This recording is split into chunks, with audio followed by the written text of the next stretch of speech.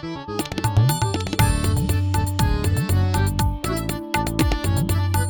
तक रेडियो पर आप तीन ताल सुन रहे हैं ताऊ, बाबा और सरदार के साथ। और अब चीतों पर बात करनी है, जिनकी बड़ी चर्चा रही सब। चीते। हाँ, 8,000 किलोमीटर दूर है वो देश नामीबिया, जहाँ से 8 चीते लाए गए और मध्य प्रदेश के कुनो नेशनल पार्क में उनको रखा गया है। उसकी तस्वीरें देखी आपने, जो तस्वीरें आई हैं? अरे चीते जैसी थे। हाँ। मैं बिल्कुल चकित हूँ तब से, ऐसा हमने क्यों किया। बहुत ही अजीब सा है ये। मतलब कल को हमारे देश में शरीफ लोग नहीं बचे, क्या हम ईरान से ले आए? ये क्या तरीका है? नहीं बचे तो नहीं बचे, बाहर के देशों में है ना। तो ईरान से जिनको शरीफ समझ के लाएंगे वो सारे शरीफ होंगे कि नहीं हो सकता नवाज शरीफ हो।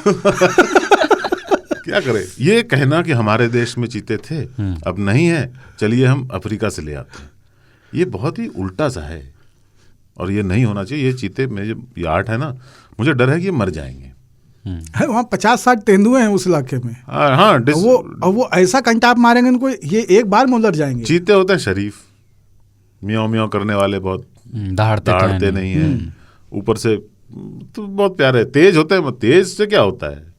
तेज तो बहुत चीजें होती हैं। तेज तब होना जब दूर हो। तेंदुआ गर्दन भर लेगा एक बार तो सारी तेजी दर ही रह जाएगी। अच्छा, वो किसी को मालूम नहीं था तो एक प्रोड्यूसर ने एक जगह लिख दिया था कि अब भारत में दहाड़ेंगे चीते। उसको नहीं मालूम था। बाकी जगह जहाँ ठीक चल रहा था, भारत में रफ्तार पकड़ेंगे। लेकिन अब क्या है कि आप ना चूहे को उनके बिल से निकाल के कहीं और ले जाओ तो मर जाते हैं वो। ये सब एक इकोलॉजी के नहीं, ये डोमेस्टिकेटेड है। हाँ, ये पालतू चीते हैं, ये जंगली वाले भी नहीं। सर गिर में जितने लायन है ना, हाँ, उनको लोग मोटरसाइकिल से स्प्लेंडर पे बैठे 3 लौंडे, ऐसे लौंडे जिनको कंटाप मार दिए तो 3-4 दिन तक उठे नहीं चरपैया से, उस तरह के लौंडे शेर हाँक रहे होते हैं। अरे मुर्गा देकर ललचाते हैं शेर को और वीडियो बनाते हैं। रात में शेर खड़ा है, उसको मुर्गा दिखा रहे हैं, अब उसके सामने मुर्गा खा रहे हैं शेर को। ऐसी हालत है शेरों। शेर कहता नहीं, हम राम नाम सुन लिया है, शेरों को हम कंठी पहने हैं, ये कर लो पहले।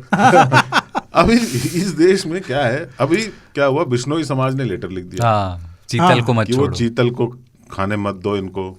नहीं, अरे उस पे और कमाल हुआ है। चीते नामीबिया से बिश्नोई थोड़े है। वो तो चीतल ही खाएंगे ना। उन्होंने कहा कि चीतल बिश्नोई वहां नहीं भेजनी चाहिए। अच्छा, उसमें एक पोस्ट तो और कमाल का था। एक ने कहा कि हम जाने को तैयार हैं, आप चीतल मत छोड़ो, आप हम अपने आप को उस बाड़े में रख लेंगे, आप हमारे। नहीं, उन्होंने कहा कि वो छोटे छोटे मासूम बच्चे भी रोते हुए गए हैं चीतलों के। और देखिए, ये कहते हैं पशु प्रेमी है। अरे पशु प्रेमी हो तो चीतल और चीता दोनों से प्यार होना चाहिए ना आपको। आप खाली चीतल से कैसे कर सकते हो? और चीता को खाने का तो हक है ना। और वो क्या खाएगा बताओ? चीता है तो कोई फास्ट दौड़ने वाला जानवर ही खाएगा ना। आदमी वो खाता नहीं, उसका भी टेस्ट है लाइफ में कुछ, है ना। आपके नियम है, आप तो नॉन वेजिटेरियन फूड टच नहीं करते। चीता को एक्सपेक्ट करते हो बच्चों पकड़ के खाए, आदमियों के नहीं करेगा ना। उसको चीतल चाहिए, उसके लिए डिनर। उस पर मुझे शक नहीं है, शक है कि वो डिफरेंट इकोलॉजी से उठ के पनीर है, सब खिला सकते हो। हाँ, दूसरी जगह आए हैं और हम एक्सपेक्ट करते हैं कि वो, अच्छा पेड़ है, वो ग्रासलैंड वाले जानवर होते हैं, इतनी रफ्तार पकड़ लेते हैं ना कि बस मतलब रॉकेट बन जाते हैं वो। यहाँ यार इधर पेड़ आ जाएगा, उधर पत्थर आ जाएगा, धक्का लग के मर जाएंगे। उतनी स्पीड में टर्न करना, ब्रेक लगाना काफी कठिन हो जाता है। उसको लगा कि फरारी लेके बनारस में घूम रहे हैं। फिर भी आप जो चीतों को ट्रांसफर करने के प्रोसेस वाली जो बात कर रहे थे ना, मैं उससे इसलिए भी रिलेट कर पाता हूँ। कैट्स को देखा है मैंने, जब भी आप उन्हें एक जगह से दूसरी जगह ले जाते हैं, मोस्ट ऑफ द कैट्स, कुछ ही कैट्स होती हैं जो सहज होती हैं, खासतौर से एक कन्फाइंड स्पेस में रख के, अगर आप एक केज में रख के ले जा रहे हैं, उनको भी एक ऐसे केज में रख के लाया गया जो बंद था चारों तरफ से, तो वो कभी भी सहज नहीं होते। और इसीलिए आने वाले वो यात्रा तो दुखदाई रही ही होगी उनके लिए, अब इकोलॉजिकल इश्यूज जो होंगे। इसलिए जब वो यहाँ पहुँचे 1-2 दिनों तक, जब कैमरे उनको देख रहे थे कि कैसे हैं, तो चल भी रहा था सहज नहीं दिख रहे हैं चीते, वो परेशानी जो है वो थोड़ा सा बेचैनी दिख रही है उनके बर्ताव में। तो वो ये जो ट्रांसफ़र का प्रोसेस है ना, उन 8 चीतों के लिए बड़ा दुखदाई भी रहा हो, बहुत ड्रामेटिक है। जो जंगल में खुला घूमने वाला जानवर है, उसको आपने कॉलर पहना के एक बक्से में रख दिया, उसमें छेद हैं छोटे छोटे, और उसको अब एरोप्लेन में बिठा के ले आए। मैं तो 4 महीने बाद अचानक से कहेंगे उनका ले आओ उनका, कहें काले के कॉलर से सिग्नल नहीं आ रहा। और आप ना इनके नाम अच्छे अच्छे रख देंगे, खाना भी उनको दे देंगे, पर क्या होता है, एक तो दिल टूट जाता है, हार्ट ब्रेक होता है एनिमल्स को, दिल टूट जाता है उनका, ठीक है। और एकदम नए माहौल में कूनो नेशनल पार्क में आप ले आए हो मध्य प्रदेश में, अब वो किधर जाएं, रेंज टेरिटोरियल होता है ना, वो जो रेंज है वो जंगल है बाय द वे। वहाँ पहले ही आज से कई साल पहले लायंस को लाना था, मुख्यमंत्री थे नरेंद्र मोदी, उन्होंने नहीं दिया। सुप्रीम कोर्ट तक ने बोला कि यार इनको शेर थोड़े दे दो, बहुत ज़्यादा शेर है तुम्हारे यहाँ, उन्होंने नहीं दिया था। वो जगह खाली कर दी, वो जंगल है, किसी की तो टेरिटरी होगी, जिसकी भी टेरिटरी होगी वो इनके साथ क्या करेगा। लखलबग्घा, तेंदुआ, भेड़िया, बल्कि काफ़ी अदावत होती है जितने भी लार्ज कैट फैमिलीज हैं ना, ये सिंस वो उनमें प्रतिस्पर्धा होती है शिकार को लेकर के, वो एक दूसरे का मांस नहीं खाते हैं पर एक दूसरे को मौका पाते ही मार देना चाहते हैं। नहीं, मार देते हैं। हाँ। चाहते नहीं हैं। टेरिटरी में तुम यहाँ रहोगे तो मेरे खेत में तुम फसल काटोगे। हाँ, वही, ये मेरी टेरिटरी है, इस टेरिटरी में आने वाले जीव मेरा भोजन है, उसमें आपकी हिस्सेदारी नहीं चलेगी। और वो अपने पश्च भाग से श्रावित करके उसको चिन्हित करते चलते हैं, अपनी बाउंड्री बनाते चलते हैं, स्प्रे करते हैं। वैसे 700 कुत्तों को ना वैक्सीन लगाई गई है ताकि वो वायरस कुत्तों के ज़रिए पहुंच ना जाए चीतों तक, ये भी एक खबर है। उनको उस तरह के वायरसेस जो भी पोटेंशियल, इलाके के 700 कुत्तों, इलाके के 700 कुत्तों को। यार अपने इलाके में कुत्ता शेर होता है, नंबर 1। नंबर 2, दूसरे के इलाके में शेर कुत्ता होता है। और 701वें कुत्ते का क्या होगा? चूहा एक छोटा जीव है ना, वो भी विष्ठा करता रहता है यहाँ वहाँ। चूहा एक स्तनधारी प्राणी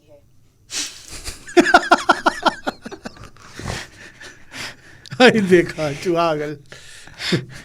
ये रख लेना वैसे। ये देखिए गूगल।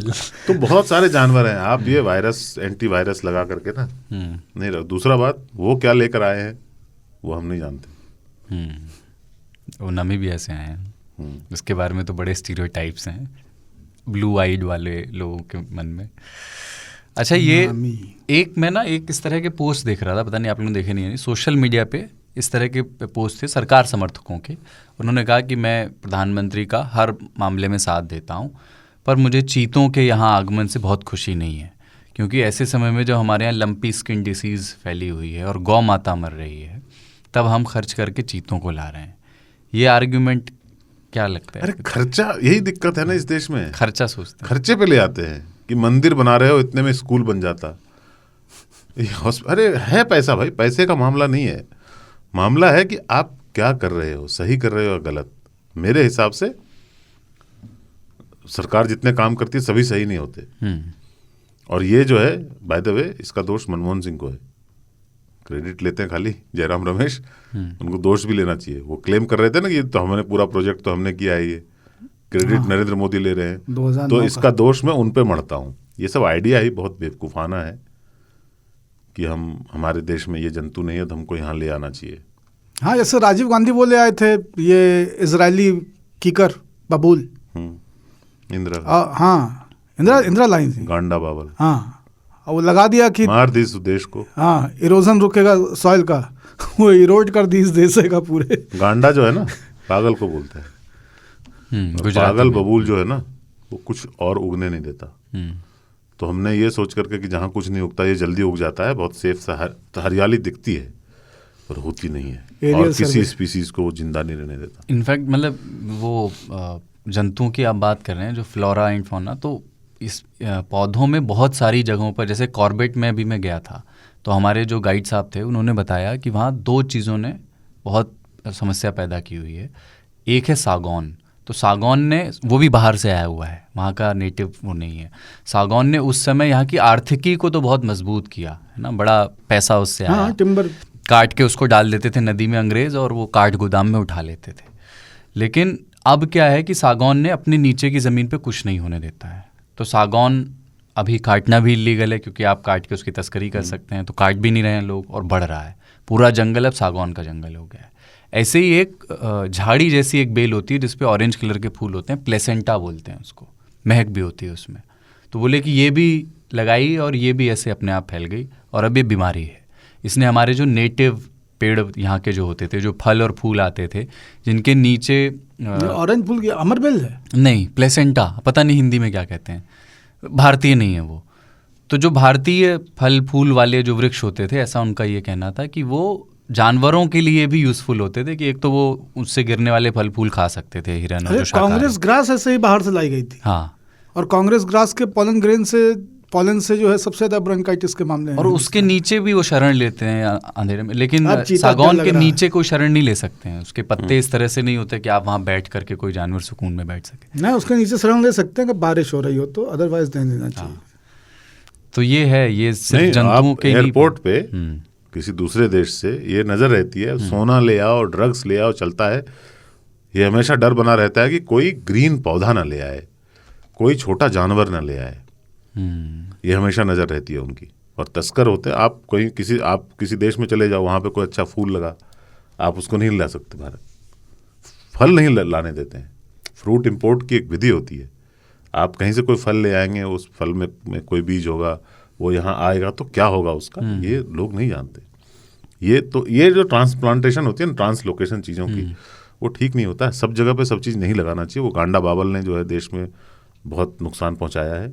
ग्रीन दिखता है मगर बर्बाद करता है। हाँ, मतलब बबूल इतना मजबूत पेड़ है, उससे हम लोग के यहाँ धुनी बनती हैं, छप्पर रुकते हैं, फर्नीचर बनता है, बेंत इतने अच्छे बनते हैं, स्टम्प बनते हैं, कितनी तरह से वो हमारा जो बबूल था ना, लेकिन उस बबूल से कुछ नहीं बनता, कुछ नहीं होता। उससे केवल अगर सही जो मिल गया तो एक गुलेल बन सकती है जो किसी की आंख फोड़ने का काम आएगी, और कोई काम नहीं। उस बबूल से जो बबूल बाबा बता रहे हैं, सिवाय गुलेल के कुछ नहीं मिल सकता। वो भी अच्छा जोड़ नहीं मिलता है। अकेला सुर्रा, कांटे, पत्ती, झाड़, ना उसके पीछे बैठ के आदमी निपट सकता है, ना बकरी वैमा पत्ती खाए सकत ही, न वही का काट सकत हो, क्योंकि उसकी जड़ तक आप पहुंच नहीं पाएंगे। आप भैया 12 फीट की कुल्हाड़ी लेके थोड़ी चलोगे। और क्या होता है, देखो चीता में आप टीवी खरीद लो, एक बढ़िया सा डिस्कवरी में आता है चीता। चीता ही चीता है, ठीक है, बहुत बढ़िया देखने में लगता है। कितने लोग कूनो जाएंगे, कितने लोगों को देखने को मिलेगा, ठीक है। और इतना शौक है तो नामीबिया ही चले जाओ, चीता ही देखना है ना। ये क्या बात हुई कि आप मुझे अपने घर में चाहिए, कि फुलाने का अल्सेशन बहुत अच्छा है। तो एक दिन सुबह उठ गए, भगीरथ गंगा ले यार कहीं क्या है, कहीं नहाए मन हो रहा है, जाब नहीं है ले आप। अच्छा था ये। खैर, पर मुझे डर है कि ये बहुत कॉम्प्लिकेटेड है इनका सर्वाइवल यहाँ पे। वो कर पाएंगे या नहीं कर पाएंगे, और कोई फायदा नहीं होगा। मोदी जी पहले गुजरात में लाए थे 4, जब वो मुख्यमंत्री थे, सिंगापुर से, वो नहीं सर्वाइव किए। अच्छा, आप लोगों के वैसे कैट फैमिली में ऐसा कोई एक फेवरेट एनिमल है कैट फैमिली का? जैसे मेरा तो कैट ही है, वो छोटा पैकेट वाला। नहीं, टाइगर मुझे पसंद है। टाइगर मतलब इंडियन जिसको हम रॉयल बंगाल टाइगर बोलते हैं, बहुत सुंदर, मुझे बहुत पसंद है। हमको एक मतलब उनकी चाल, उनका चरित्र, उनका चेहरा, उनकी फेरोशियसनेस, उनका दहाड़, सब मुझे पसंद है। और मैं देख चुका हूँ और बहुत इम्प्रेसिव लगा है मुझे। उनका मतलब रॉयल्टी लगते हैं वो।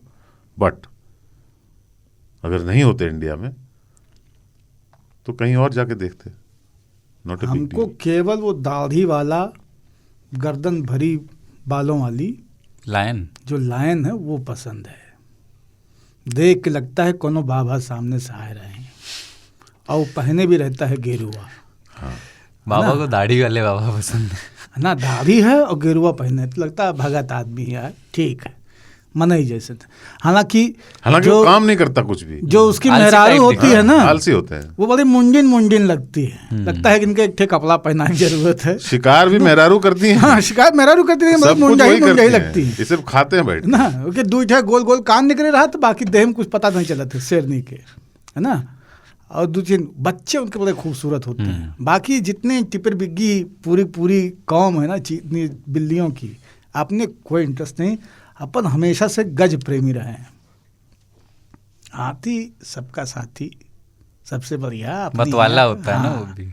जिसको चाहिए ले जाओ दुनिया से, लाने की जरूरत नहीं है, जिसको चाहिए ले जाओ।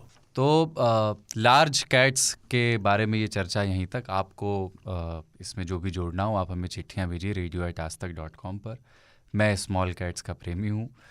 मुझे एक चीज़ और बाबा मैं कहना भूल गया कि एक नाम बहुत पसंद है मुझसे। मुझे पता नहीं तेंदुए का नाम तेंदुआ क्यों है, कि वो तेंदू के पत्ते पेड़ के पास रहा या नहीं, पर तेंदुए को गुलदार भी कहते हैं।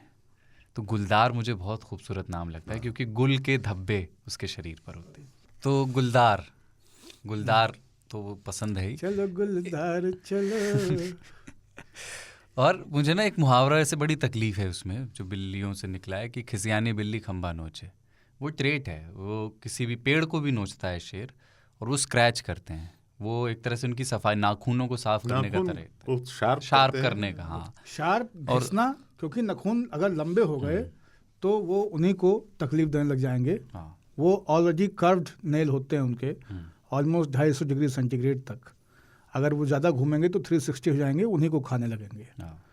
और जंगल में सब कुछ है, वेटनरी हॉस्पिटल नहीं है तो वो खुद ही करना पड़ेगा। उनको रेगुलर हॉस्पिटल में जाना पड़ता है।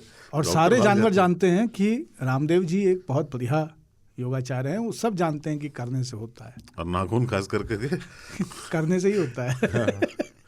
अच्छा, बिल्लियों के बाल होते हैं और बिल्लियों को बाल गिरने की समस्या नहीं है क्योंकि वो खंबा नोचती है। वो यूं नहीं करती अपने नाखून को। हाँ, लेकिन ऊर्जा तो पैदा कर ही लेते हैं। गर्मी खंबा क्या होता है कि खिसियानी बिल्लियां मजबूर हो ना तो पौवा भी नोचती है। सबके लिए खंबा बहुत अफोर्ड नहीं कर सकते। ठीक है, एक ब्रेक ले रहे हैं और उसके बाद है 3 तालियों की चिट्ठियां।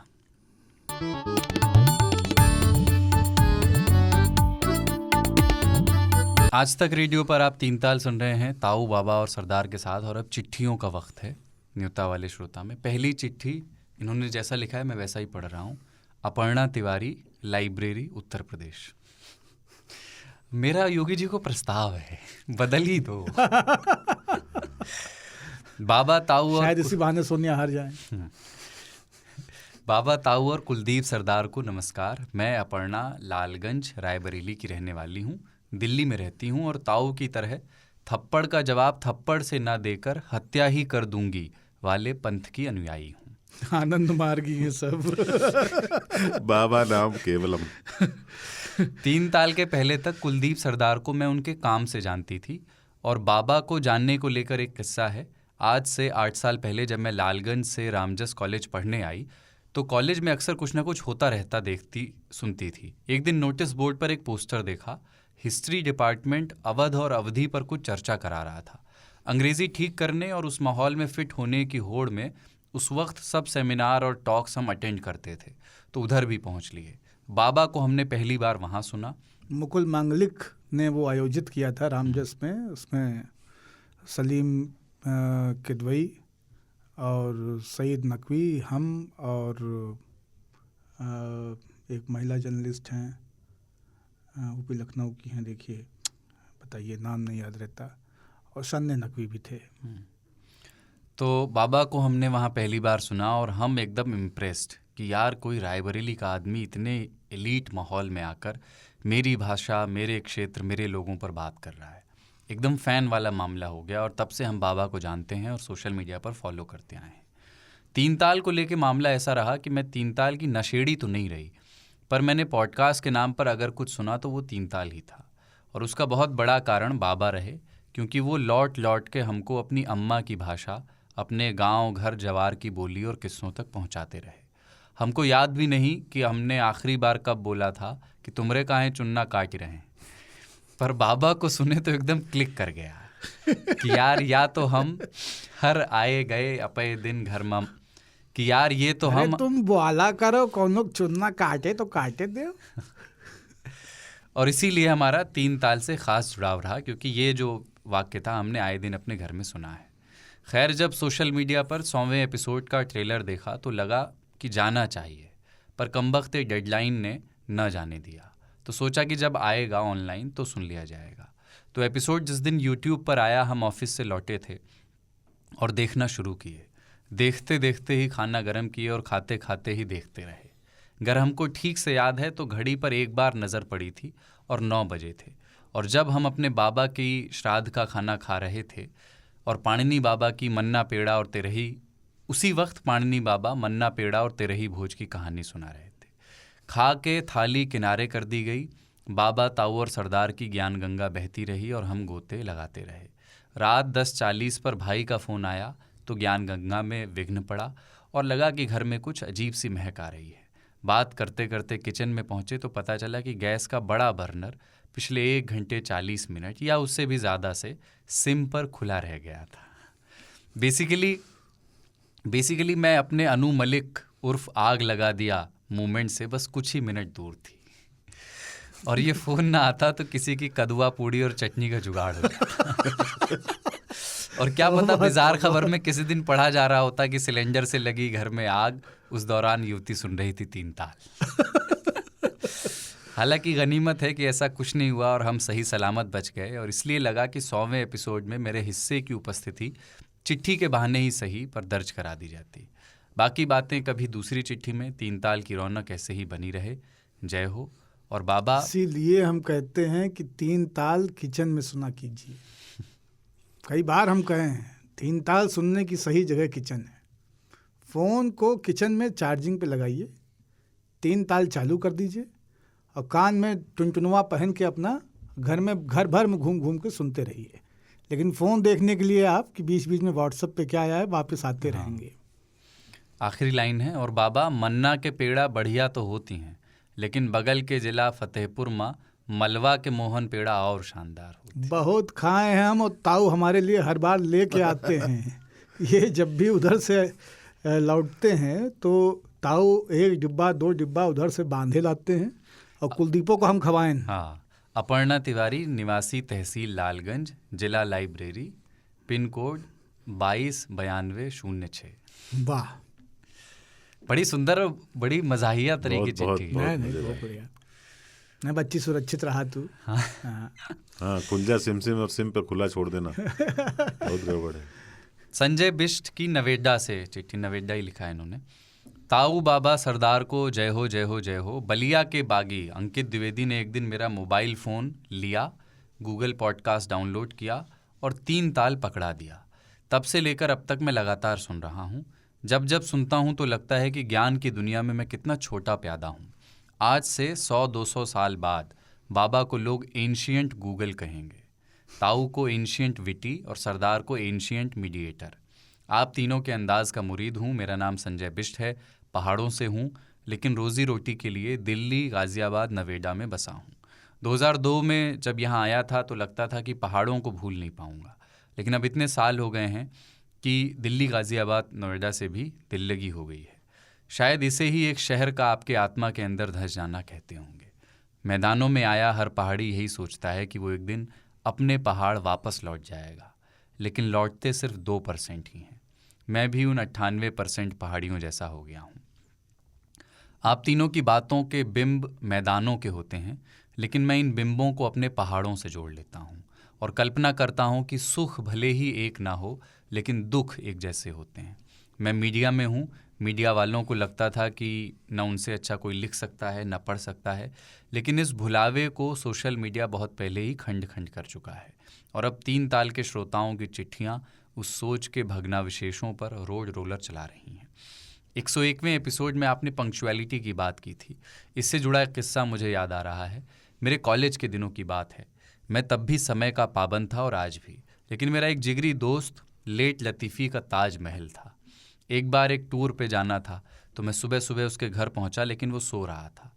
मैं उस दिन उसे कूट कर ही उसके कमरे से बाहर निकला। हालांकि दोस्ती बरकरार रही।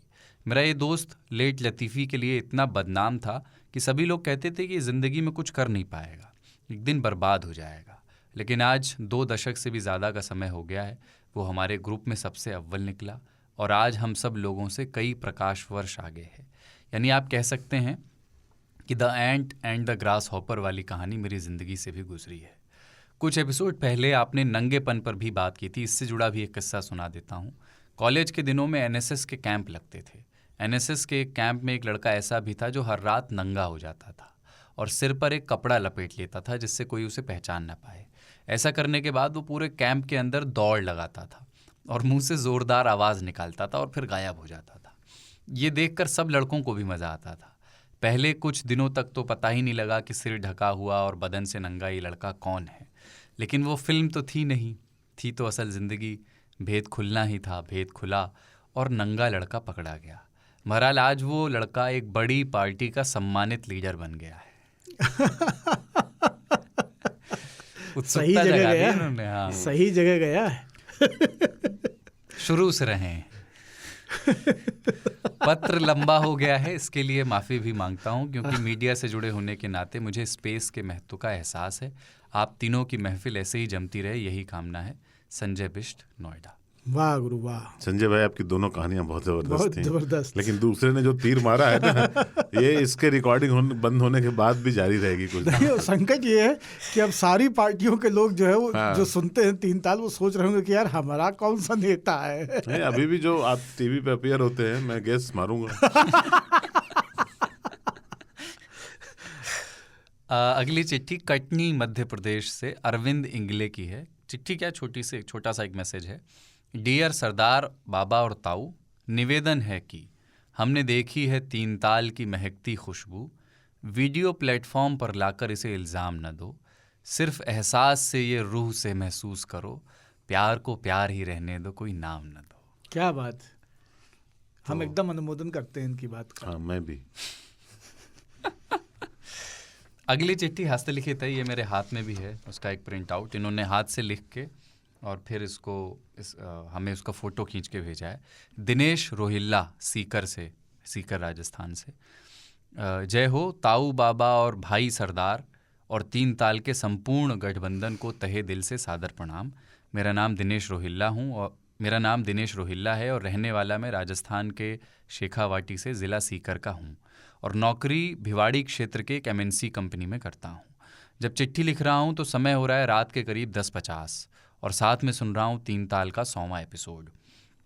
हुआ ये कि मैंने ख़रीदा एक मोबाइल और उसके साथ मिला गाना ऐप का प्लस सब्सक्रिप्शन। तो मैंने किया झट से इंस्टॉल, क्लिक और पॉपुलर नेटवर्क पे आ गया मैं और सामने आ गया तीन ताल और सुना तो लगा कि यार मैं अपने देशी गांव में पहुंच गया हूं। तब से जब भी गांव की सैर करने का मन करता है मैं तीन ताल सुन लेता हूं। ताऊ बाबा और सरदार भाई से निवेदन है कि कभी राजस्थान की मरुभूमि यानी धरती धोरा की मिट्टी की खुशबू की चर्चा ज़रूर करें। आज बस इतना ही, आगे का सुहाना सफ़र जारी रहेगा। चिट्ठी को पेपर पर लिखकर उसकी फ़ोटो खींचकर इसलिए भेज रहा हूँ कि इस सफ़र को सहेज कर रखना चाहता हूँ। आपका तीन तालिया, दिनेश रोहिल्ला। वाह गुरु वाह। धरती दिनेश भाई, ये मैसेज आप कर सकते थे, जिस माध्यम से भेजा वहाँ टाइप भी कर सकते थे, पर आपने हाथ से लिखकर इसे जो है वो अनमोल बना दिया है। बिल्कुल, तो इसको हम रखने वाले भी हैं, इस प्रिंट आउट को। बिल्कुल। एक गीत हमने पहले भी बताया कि राजस्थानी गीत, छाती पर पैणा पड़या नागरे, धोरा वाला देश जागरे। वाह। तो वो गीत मुझे याद आ गया आज ये धरती धोरा रही देख करके। मैं दी इसलिए पढ़ गया उसको क्योंकि पंजाबी में, गुरमुखी में दी ऐसे ही लिखा जाता है। रा की तरह दा बनता है। और हम थोड़ी देर पहले ही बात कर रहे थे, भारत जो है स्पिरिचुअलिटी का देश है, यहाँ सीकर रहे हैं। We the seekers. अगली चिट्ठी आकांक्षा सिंह की, बस्ती उत्तर प्रदेश से। तीन ताल के 100 एपिसोड पूरे होने पर आप तीनों, बाबा, ताऊ और सरदार और आज तक रेडियो की पूरी टीम और तीन तालिया परिवारजन सभी बधाई के पात्र हैं। 100 एपिसोड पूरा होने की खुशी मैं उसी तरह अनुभव कर रही हूँ जैसे मैंने कक्षा 8 की परीक्षा में अच्छे अंकों से उत्तीर्ण होने पर किया था। मन बैठे तो था कि अभी तो स्ट्रीम यानी आर्ट्स या साइंस में से चुननी होगी, पढ़ाई बढ़ जाएगी, परंतु इस बात के विचार से मन हर्षित हो उठता था कि चलो एक पड़ाव तो बढ़िया से पार हुआ। मेरा तीन ताल को सुनने का सिलसिला विंक ऐप से शुरू हुआ, जिसमें अलग अलग 5 ऑप्शन बने थे, जिसमें से एक पॉडकास्ट पर मैंने क्लिक किया इस जिज्ञासा में कि ई का चीज़ है। फिर उसके अंदर टाइप्स पूछा, जैसे कॉमेडी, नॉलेज, मोटिवेशन आदि। तो उसमें ढेर सारे थे, उसमें से मैंने एक पे क्लिक किया और आगे बढ़ती रही। और फिर मैंने 3 ताल देखा और ये देखा कि उस पर आज तक रेडियो लिखा है। तो मैंने उस पर क्लिक किया और एपिसोड 1 लगाकर सुना और मज़ा आया। फिर दूसरा सुना और मज़ा आया। फिर तीसरा सुना, फिर मज़ा आता ही रहा। मेरे उसे सुनने से धीरे धीरे मेरा भाई भी सुनने लगा। फिर मेरे पापा तक ये बात पहुंची, तो उन्होंने पूछा, ये क्या है, क्या बातचीत सुनते रहते हो तुम लोग? तो मैंने उन्हें 12-13 मिनट सुनाया। तो पूछे कि ये बताओ आता कहाँ है? कहाँ से लाए हो? आगे संवाद है। संवाद जैसे उन्होंने लिखा है, मैं आज तक रेडियो, पापा डाउनलोड करो मेरे में। मैंने डाउनलोड किया आज तक रेडियो, उसमें एक सर्च करके निकाला। एक दिन एक एपिसोड पूरा सुनने के बाद उन्होंने मुझे बुलाया और पूछा कि ये बताओ, ये जो ताऊ हैं ये हरियाणा से हैं क्या? मैं, नहीं पापा, वो झारखंड से हैं। पापा, अच्छा, और ये बाबा जो हैं ये पंडित हैं क्या? मैं, हाँ शायद। पापा, और जो सरदार हैं वो पंजाबी हैं क्या? नहीं पापा, वो तो उत्तर प्रदेश से हैं। और बाबा भी। पापा, तीनों लोगों का नाम उनके ताल से नहीं मिलता है, इसीलिए शायद कार्यक्रम का नाम 3 ताल है। मैं, हो सकता है। अब वे मुझसे पहले ही 3 ताल सुन लेते हैं और फिर मुझे बताते हैं कि आज ताऊ ने ये बोला, बाबा ने ये बोला और उनकी मुझे ये बात अच्छी लगी। फला आदमी की चिट्ठी बहुत प्यारी थी आदि। और एक दिन मेरी चिट्ठी सुनकर वो बहुत खुश हुए, उसको रिकॉर्ड करके अपने दोस्त लोग को भी सुना करके आए थे। मेरे पापा की उम्र बीते मई में 45 साल की हो गई है और मेरी 19 की और मेरे भाई की 16 साल की। तो एक क्रिकेट, दूसरा कार्टून शो और तीसरा 3 ताल के अलावा किसी भी चीज़ में मैं, पापा और मेरे भाई मतैक नहीं हैं। कभी उन दोनों की ताल एक दूसरे से नहीं मिलती और कभी मेरी उन दोनों से नहीं मिलती। 3 ताल ने हमारी 2 पीढ़ियों को एक मत किया है। आप लोग ऐसे ही मुद्दों और विषयों पर गहन चर्चा करते रहिए, हमें पुलकित करते रहिए, स्वयं स्वस्थ रहिए, मस्त रहिए। आप सभी को जय हो। आकांक्षा सिंह। जय हो, जय हो आकांक्षा। आपने पहले पत्र लिखा है और इस बार तो गजबे कर दिया। बहुत सुंदर। वो जो संवाद लिखा है ना, वो एकदम अद्भुत। और मतलब कितना अनुशासित और एकदम प्रत्यक्ष संवाद है वो। इनके घर में भी एक 3 ताल चल रहा है। हाँ बिल्कुल, 3 लोग हैं। हाँ, 3 लोग हैं। 16, 19, 45। मताई की भी नहीं है। हाँ, अलग अलग जनरेशन अलग अलग तो नहीं, इन दोनों का तो एक ही जनरेशन है, पर फिर भी तीनों अलग अलग रुचि के लोग हैं। वाह, लिखते रहिए आकांक्षा जी। बिल्कुल। अगली चिट्ठी प्रदीप कुमार की थोड़ा पहले आ गई थी, 100वें एपिसोड के लिए उस समय हम शामिल नहीं कर पाए। सबसे पहले सभी 3 तालियों को 100वें एपिसोड के लिए बधाइयाँ। जय हो। जब भी मैं आप लोगों को सुन रहा होता हूँ, प्रयागराज के संगम जैसा अनुभव होता है। बाबा गंगा की तरह पवित्र, उदारवादी, निरंतर प्रवाह में रहते हैं। इसलिए आपके मित्र आपको बोले हैं कि तू हमार माई हो। ताऊ, आप यमुना की तरह प्रलयंकारी होते हैं। अरे हम उतने ही पवित्र हैं जितनी गंगा पवित्र है प्रयाग में। ताऊ, आप यमुना की तरह प्रलयंकारी होते हैं, लेकिन असल में तो हरि चरण को स्पर्श करके यमुना को भी शांत हो जाना है। एक एपिसोड में आपने बोला था कि नास्तिक वही हो सकता है जिसने ईश्वर को समझ लिया हो। इन सब के बीच में कुलदीप भाई के क्या कहने, बिना इनके संगम की कल्पना नहीं कर सकते। बस ऐसे ही हर शनिवार कुंभ का पर्व मनाते रहें, हम लोग गोते लगाते रहें। जय हो। जय हो, जय हो, जय हो, जय हो। पूरा प्रयागराज करवा दिया आज। अभिषेक शाही का एक छोटा सा कमेंट हमें व्हाट्सएप पे मिला। उन्होंने लिखा है कि 3 ताल में ही पहली बार मैंने अजीज़ मियाँ का नाम सुना और इतनी बार सुना कि फिर यूट्यूब पर एक वीडियो देख ही डाला और फिर समझ में आया कि बाबा और ताऊ अजीज़ मियाँ को इतना पसंद क्यों करते हैं। अजीज़ मियाँ शक्ल से बाबा और ताऊ के क्लीन शेव वाले मिश्रण हैं।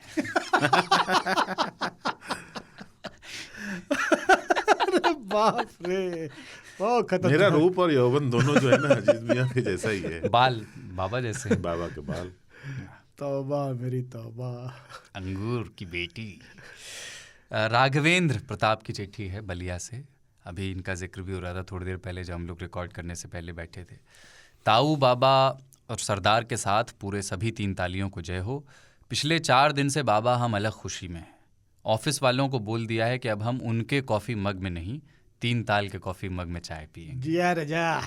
अब उनको पता लग गया है कि मैंने छुट्टी क्यों ली थी और कुछ को आश्चर्य हो रहा है कि मैंने इसके लिए छुट्टी ली थी। अब मैं उनको भी 3 ताल का लिंक भेज रहा हूँ। कुलदीप भाई, कॉफ़ी मग पर एक बार कोड की कमी है। बार कोड होता जो हमारा जो पॉडकास्ट का URL है वहाँ पे ले जाता तो थोड़ी और आसानी होती साझा करने में।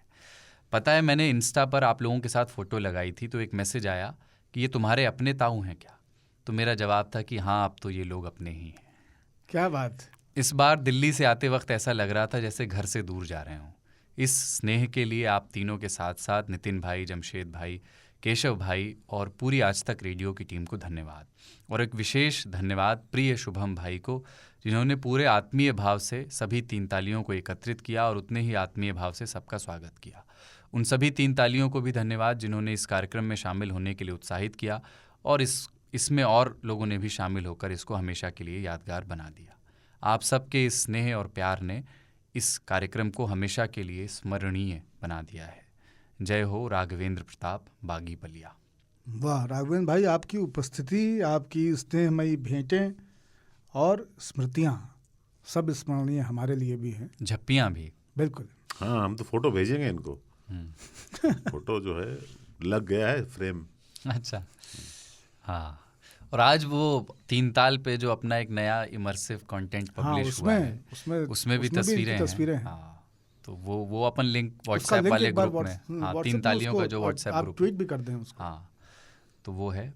और आज जिन मसलों पे बात हुई, ईरान पर, जलेबी पर, समोसा पर, और उसके पहले लेस्टर पर, जो मल्टी कल्चरलिज्म, बहुसांस्कृतिकवाद, उस पर, और चीता पर, बिल्ली पर, तालिबान के बिजार स्टोरी पर, PUBG पर, वीडियो गेम्स पर, और एक नामी बिया है उनके ऊपर भी बात हुई। हाँ, नामी बिया।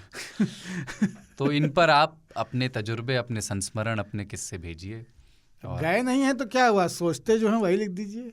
हाँ, मैं उम्मीद कर रहा हूँ, हो सकता है ब्रूस भाई या और 1-2 लोग अपने बहुत ज़्यादा साइंटिफिक टेम्परामेंट के लोग हैं।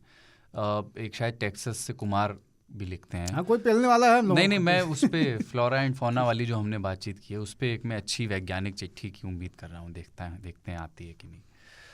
तो चिट्ठियाँ भेजने का तरीका है radio@aajtak.com, ईमेल ID यही है, आप इस पर भेज सकते हैं, या फिर आप व्हाट्सएप कर सकते हैं 995333 radio@aajtak.com ज़्यादा प्रेफरेबल है क्योंकि वो सब लोगों तक उपलब्ध है। व्हाट्सएप का नंबर हमारे यहाँ एक ही सज्जन चलाते हैं, वहाँ पर भी आप भेज सकते हैं। और अगर आप अभी तक 3 तालियों के व्हाट्सएप ग्रुप में नहीं शामिल हैं तो आप इसी नंबर पर 9953323303 पर आप एक मैसेज कर दीजिए। मैं भी 3 तालियां, आपको हम उसमें शामिल कर लेंगे। जय हो, जय हो, जय हो, जय हो।